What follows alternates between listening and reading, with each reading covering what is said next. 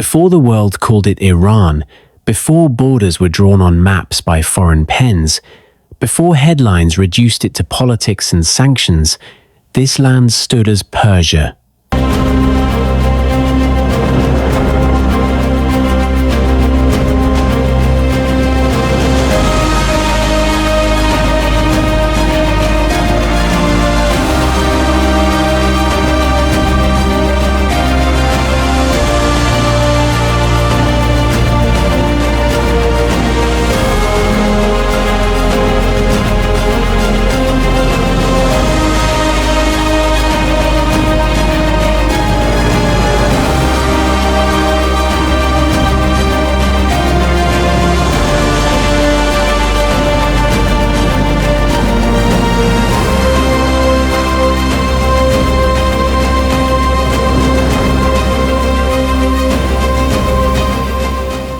A place where empires were not borrowed from history, but created by it, where kings ruled not years but centuries,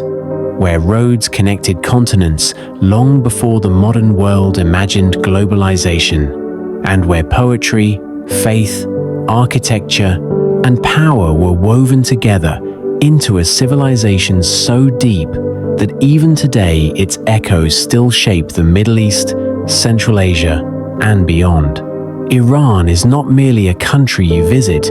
it is a civilization you step into, a living museum where deserts whisper ancient secrets, mountains guard forgotten kingdoms,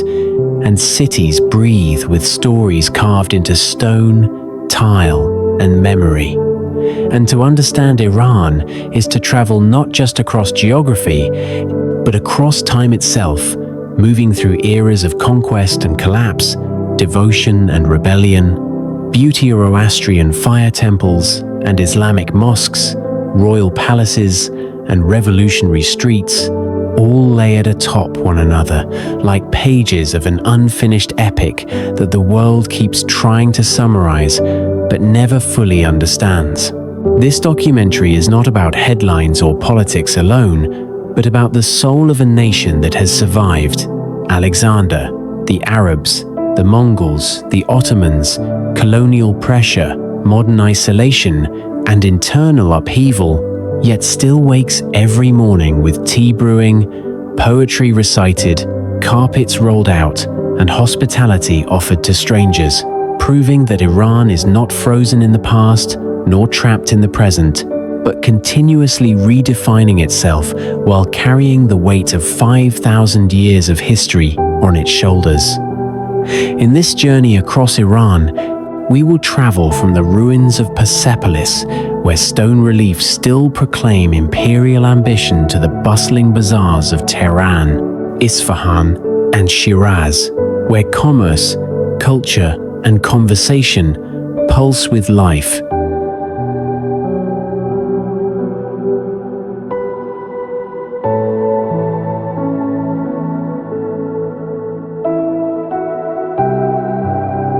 We will explore how Iran's identity was shaped by ancient Zoroastrian beliefs that once saw fire as sacred and truth as divine order,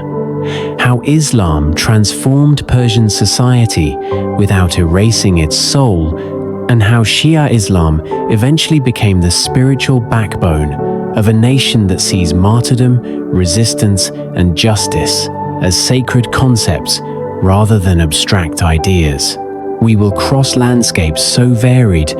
they feel like different countries' salt deserts glowing under merciless suns,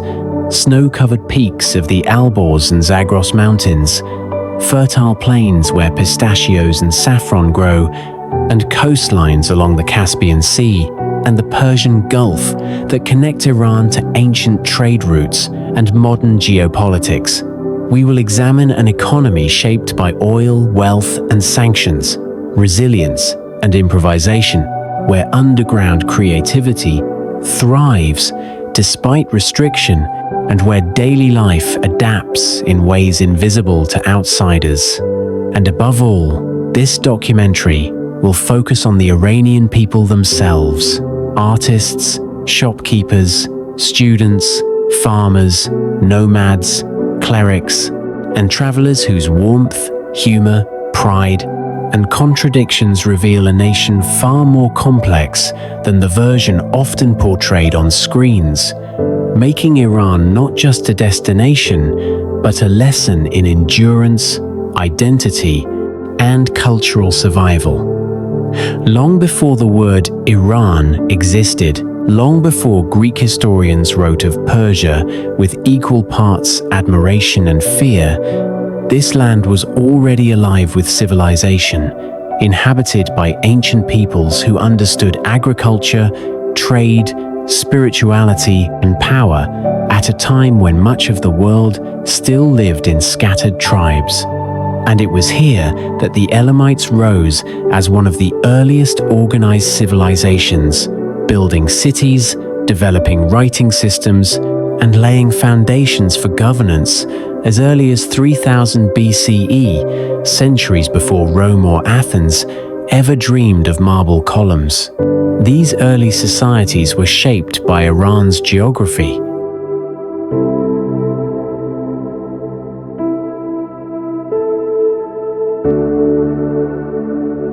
Where fertile valleys met harsh deserts, forcing communities to innovate or perish, leading to early irrigation systems, long-distance trade routes, and social structures rooted in cooperation and hierarchy. And as waves of Indo-Iranian peoples migrated into the plateau, they brought with them language, myth, and a worldview that would eventually give rise to the concept of Aryanum, meaning land of the Aryans, from which the modern name Iran would later evolve. This early Iran was not isolated, but deeply connected to Mesopotamia, the Indus Valley, and Central Asia, serving as a bridge between civilizations. And it is within this crucible of exchange, conflict, and adaptation that the Persian identity began to form. Not as a single moment of birth, but as a slow accumulation of beliefs, customs, and political traditions that would one day allow this land to produce one of the most influential empires the world has ever known. The true emergence of Iran as a global power began in the 6th century BCE with the rise of Cyrus Great, a ruler whose legacy still defines Persian identity today, not merely as a conqueror, but as a visionary who understood that empires endure not through fear alone, but through justice, tolerance, and administration. And under Cyrus and his successors, the Achaemenid Empire expanded to become the largest empire the world had yet seen. Stretching from the Indus River to the shores of the Mediterranean, uniting dozens of cultures, languages, and religions under a single imperial system that respected local customs while enforcing centralized authority. This was an empire that pioneered ideas far ahead of its time, standardized currency, an advanced postal system, paved royal roads spanning thousands of kilometers, and a bureaucracy that allowed distant provinces to function efficiently.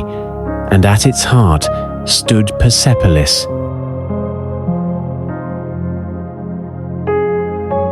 a ceremonial capital built not as a fortress, but as a symbol of unity, where representatives from across the empire brought tribute during Nowruz, the Persian New Year, illustrating a worldview that saw diversity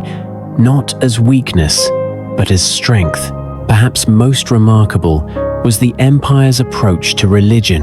as the Persians allowed freedom of worship, famously permitting the Jews to return from Babylonian exile, an act immortalized in both Persian records and the Hebrew Bible.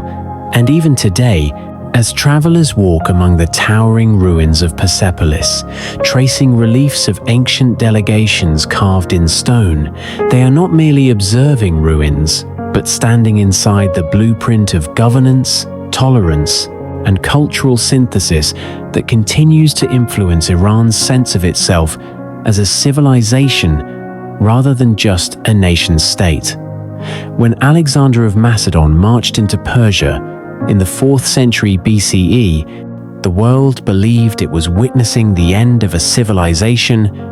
and when Persepolis burned, whether by drunken accident, calculated revenge, or symbolic conquest, it seemed as though the heart of Iran itself had been reduced to ashes. Yet history would later reveal that what Alexander conquered was territory, not identity. Because while empires can be destroyed with armies, cultures survive through language, memory, and adaptation. And even as Greek influence spread across the Iranian plateau under the Seleucid successors, Persian administrators continued to run cities. Persian customs endured in daily life, and Persian thought quietly reshaped the conquerors themselves, leading to a fusion of Hellenistic and Iranian traditions that produced new art forms, philosophies, and political structures. This era demonstrated a recurring truth of Iranian history that conquest rarely erases Persia, but instead becomes absorbed by it, as foreign rulers discover that to govern Iran effectively, they must speak its language,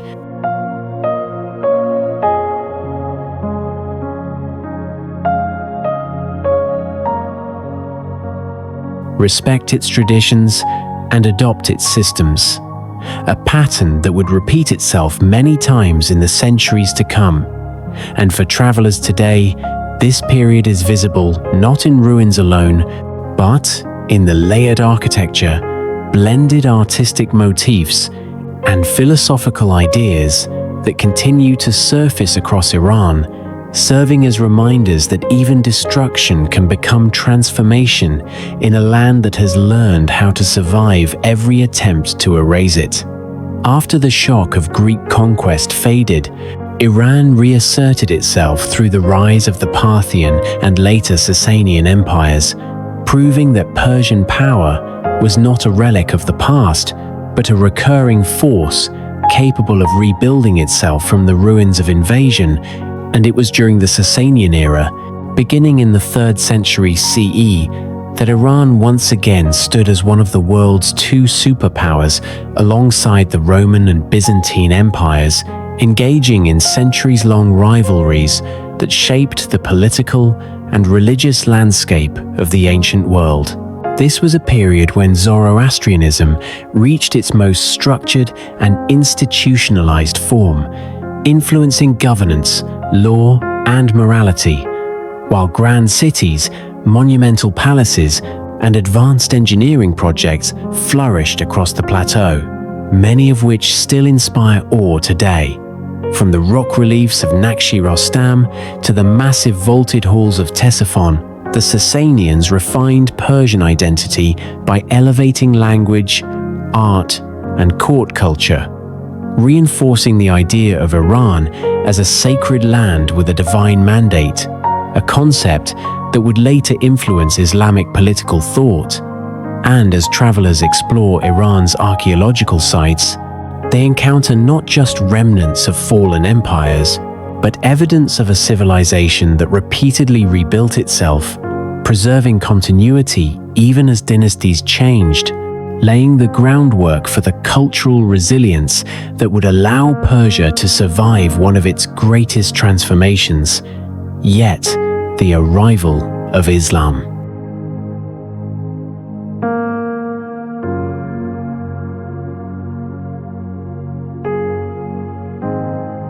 When Arab armies swept into the Iranian plateau in the 7th century CE, carrying the banner of Islam, many assumed that this moment marks the end of Persia as a cultural force, yet history once again proved that Iran does not disappear under conquest, but reshapes the conquering force itself, because while the Sassanian political system collapsed under military pressure, the Persian language, worldview, and intellectual traditions survived, and soon began influencing the very civilization that had overtaken it, transforming the early Islamic world from within. Islam spread across Iran rapidly, not only through force, but through gradual cultural integration, as Persian scholars, administrators, poets, and scientists became essential to the functioning of the expanding caliphate, introducing sophisticated systems of governance, taxation, and education that far exceeded what the Arab world had previously known. And within generations, Persian had become the language of administration and culture across vast Islamic territories, while cities like Nishapur, Isfahan, Rai, and later Baghdad flourished as centers of learning where Persian minds shaped Islamic theology, philosophy, medicine, and astronomy. This was also the period when Persian literature was reborn in a new Islamic form, producing epic works like Ferdowsi's Shahnameh, a monumental poem that preserved Iran's pre-Islamic history and myths at a time when they might have otherwise been lost, proving that even as Iranians embraced Islam, they refused to surrender their past. And for travelers today, this fusion is visible everywhere, in mosques built atop older sacred sites, in Persian calligraphy adorning Islamic texts, and in a culture that practices Islam not as a borrowed identity, but as something deeply Persian in expression, rhythm, and soul. Iran's most defining transformation came centuries later when it emerged as the heartland of Shia Islam.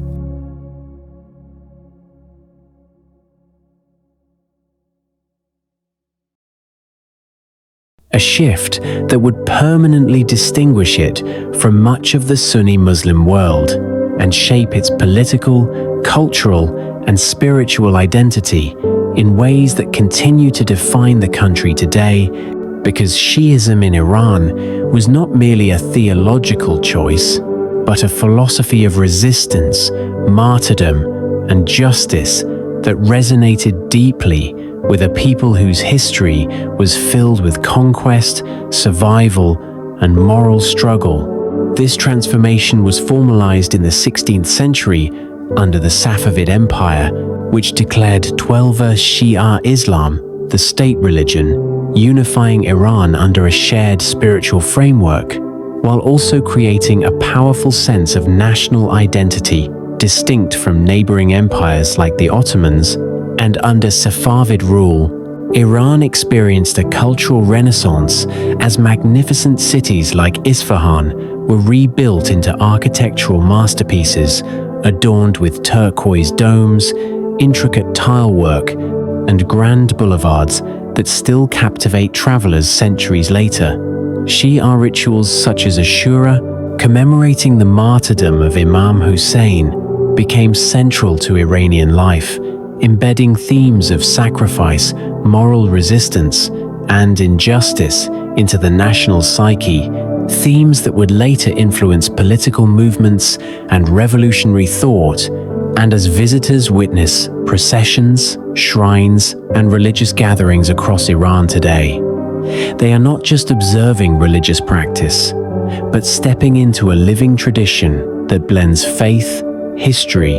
and identity into a uniquely Iranian expression of Islam, one that explains much about the country's resilience, its defiance, and its enduring sense of purpose in the face of adversity.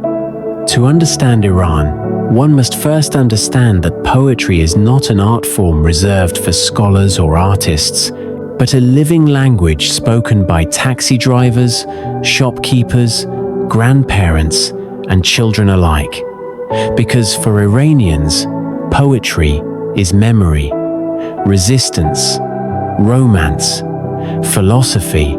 and identity woven into rhythm and metaphor.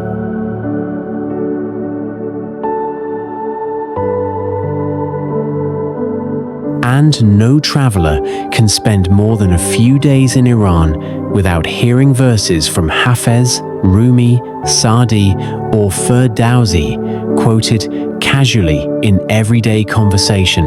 as though these poets were not figures of the distant past, but trusted companions whose words still guide moral choices, express longing, and make sense of hardship, Persian poetry flourished not because it was sheltered from struggle, but because it emerged from it, offering beauty in times of invasion, reflection in times of spiritual questioning, and subtle rebellion in times of repression. And even today, Iranians turn to the divan of Hafez for Fal-e-Hafez, a form of poetic divination used during moments of uncertainty, blending superstition, spirituality, and literature into daily life. This deep literary culture shapes Iran's worldview, encouraging metaphor over bluntness, emotional depth over simplicity, and philosophical reflection over shallow expression. And for travelers, this means that conversations often carry layers of meaning beneath the surface, that hospitality is poetic in its generosity, and that Iran's cultural resilience is encoded not in monuments alone, but in verses passed from generation to generation, ensuring that even as politics shift and borders change, the soul of Iran continues to speak in rhyme, metaphor, and timeless wisdom. Iranian art is not confined to galleries or museums, but embedded in daily life through carpets woven with centuries-old patterns, ceramics painted with intricate symmetry, calligraphy that turns words into visual devotion, and architecture that transforms light into spiritual experience. And nowhere is this more evident than in Iran's historic cities, where mosques, bridges, gardens, and bazaars are designed not only for function, but for contemplation and beauty, reflecting a worldview that sees harmony as sacred and ugliness as a form of imbalance. Persian carpets, for example, are not merely household items, but cultural texts, each pattern telling a regional story, each knot reflecting patience and craftsmanship.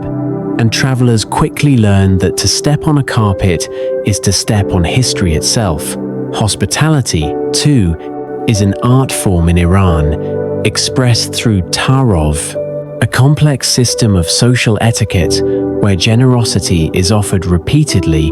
and refusal is often expected before acceptance, creating interactions that may confuse outsiders, but ultimately reveal a deep cultural emphasis on respect, humility, and honor. Tea is poured endlessly, meals are shared lavishly even when resources are scarce, and guests are treated as blessings rather than burdens. And in daily life, these practices create a warmth that contrasts sharply with Iran's often harsh international image, reminding travelers that beyond ideology and headlines, Iran remains a society built on relationships, storytelling, shared meals,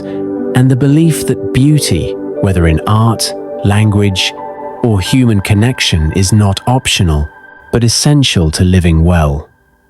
Iran's landscapes are not merely scenic backdrops, but active forces that have shaped the country's history, culture, and survival for thousands of years, because this is a land of extremes where towering mountain ranges rise abruptly from vast deserts, where snow-capped peaks stand within driving distance of scorching plains, and where geography has dictated everything from trade routes and architectural styles to political resilience and cultural isolation. And nowhere is this more evident than in Iran's great deserts, the Dasht-e Kavir and the Dasht-e-Lut, places so harsh that satellite imagery once recorded some of the highest surface temperatures on Earth. Yet even here, ancient civilizations found ways to endure through qanat systems, underground water channels engineered thousands of years ago that allowed cities like Yazd to flourish in seemingly impossible conditions. Surrounding these deserts are the Alborz and Zagros mountain ranges, natural fortresses.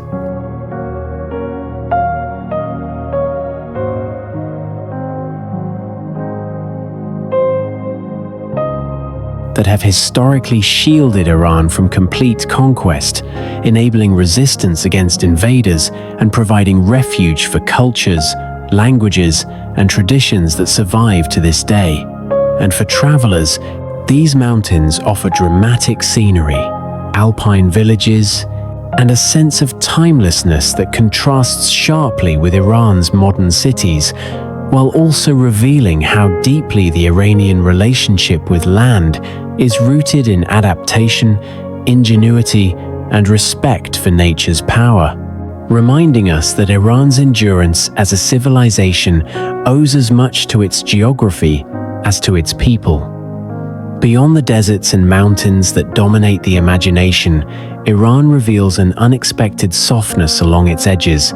where the Caspian Sea in the north meets lush green forests, rice fields, and mist-covered villages that feel worlds apart from the arid heartland, offering travelers a glimpse into a side of Iran often absent from popular narratives. And here, in provinces like Gilan and Mazandaran, wooden houses perch on hillsides, fishermen cast nets at dawn, and subtropical vegetation creates a landscape more reminiscent of Southeast Asia than the Middle East, while to the south, the Persian Gulf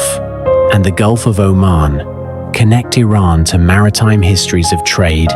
pearl diving, and cultural exchange, with islands like Hormuz and Kersham showcasing surreal geology, rainbow-colored soil, mangrove forests, and ancient ports that once linked Persia to India, Africa, and Arabia. These coastal regions reveal how Iran has always been both landlocked and outward-looking, grounded in its plateau, yet connected to global currents.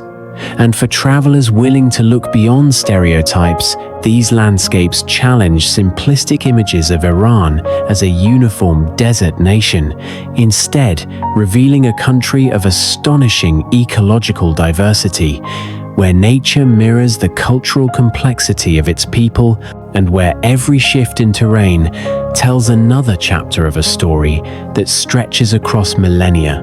inviting visitors to see Iran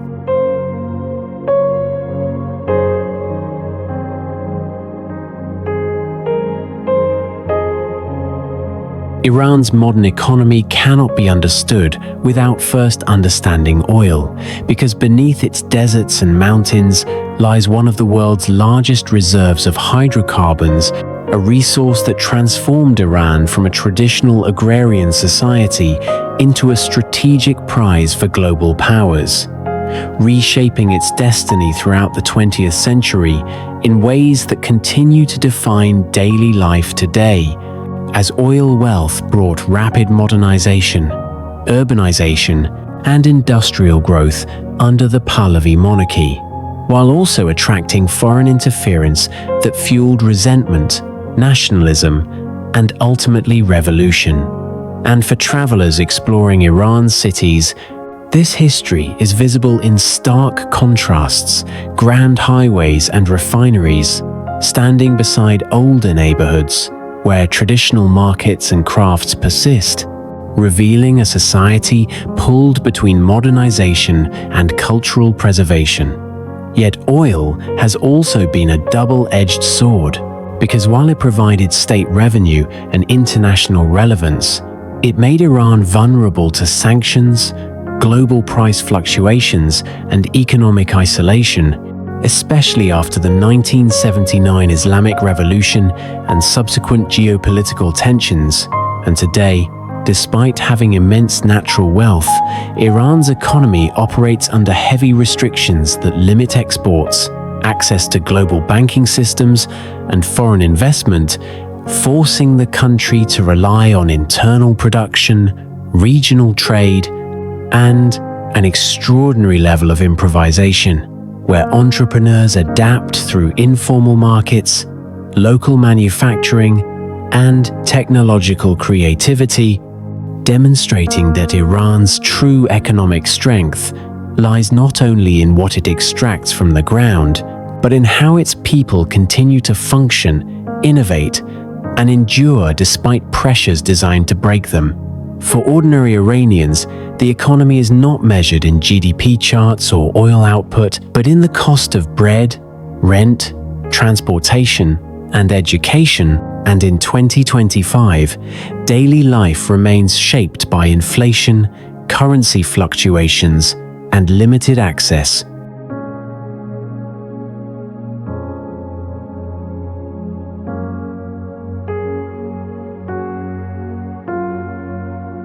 Tourism represents not just economic potential, but a form of cultural diplomacy,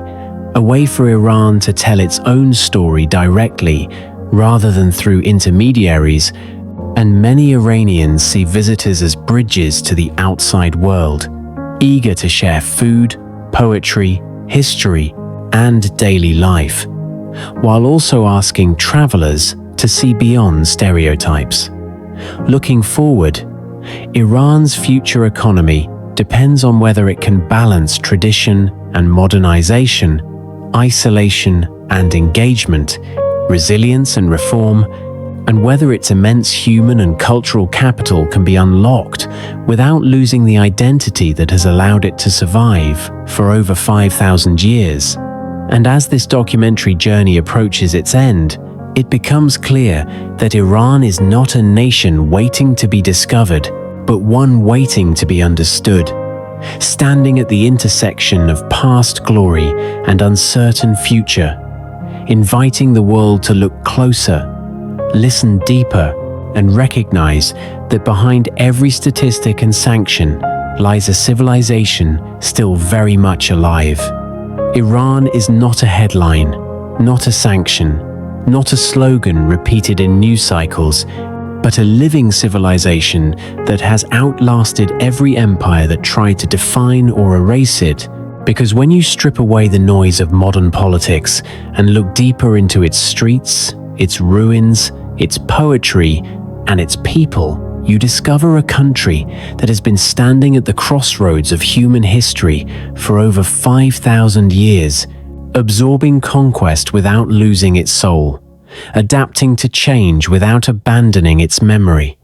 and carrying forward a sense of identity so deeply rooted that even revolution, isolation, and hardship have failed to break it. This is a land where children grow up, reciting verses written a millennium ago,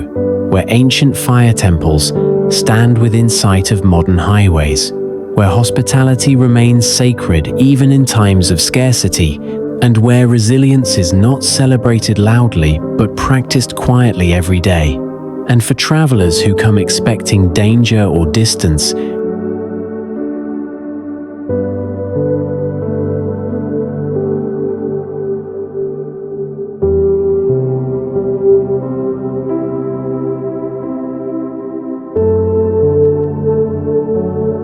Iran instead offers warmth, curiosity, and an invitation to listen, to sit, to share tea, and to understand that nations are not defined by governments alone, but by the countless human stories unfolding within them. Iran's future remains uncertain, shaped by forces both internal and external.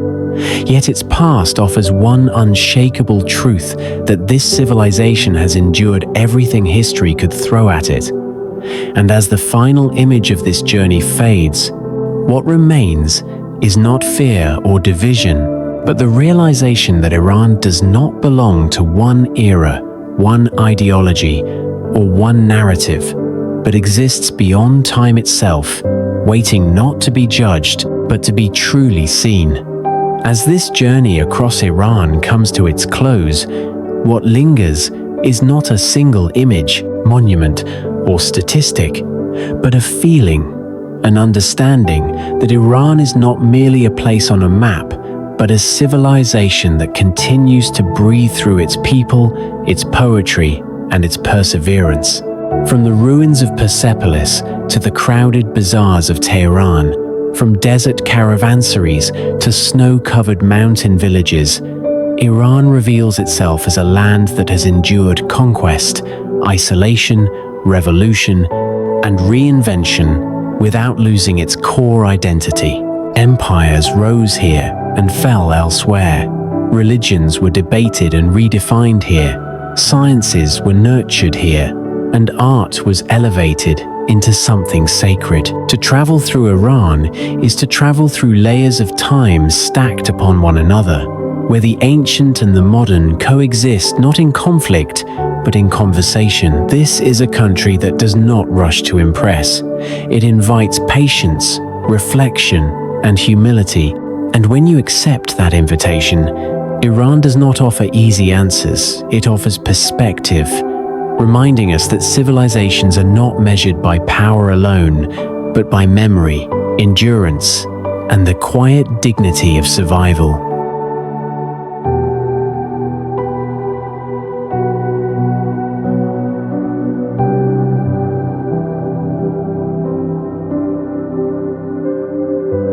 What makes Iran truly unforgettable, however, is not only its past, but its people,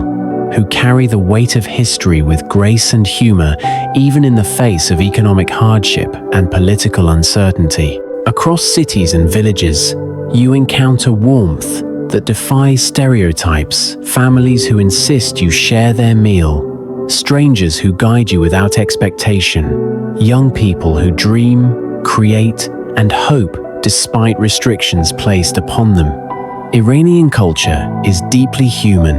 grounded in values of hospitality, respect, poetry, and community. The sound of laughter in a tea house, the rhythm of daily prayer, the late-night conversations about life and philosophy all reveal a society that continues to think, question, and feel deeply. Even in moments of struggle, there is pride in identity and continuity. Iran teaches that culture is not erased by sanctions, borders, or headlines. It lives in language, in music, in rituals passed quietly from one generation to the next, surviving not through force, but through meaning. In the end, Iran does not ask to be agreed with, defended, or condemned. It asks to be understood. And understanding begins not with judgment, but with curiosity. As the final images fade, the call to prayer echoing over rooftops, the desert sun setting behind ancient stone, the laughter of children in a narrow alley, we are left with the realization that Iran is not frozen in the past, nor trapped in the present. It is moving forward in its own way, carrying thousands of years of memory into an uncertain future. And long after this documentary ends, long after the screen goes dark, Iran remains patient, resilient, and enduring, waiting, as it always has, for the world to truly see it.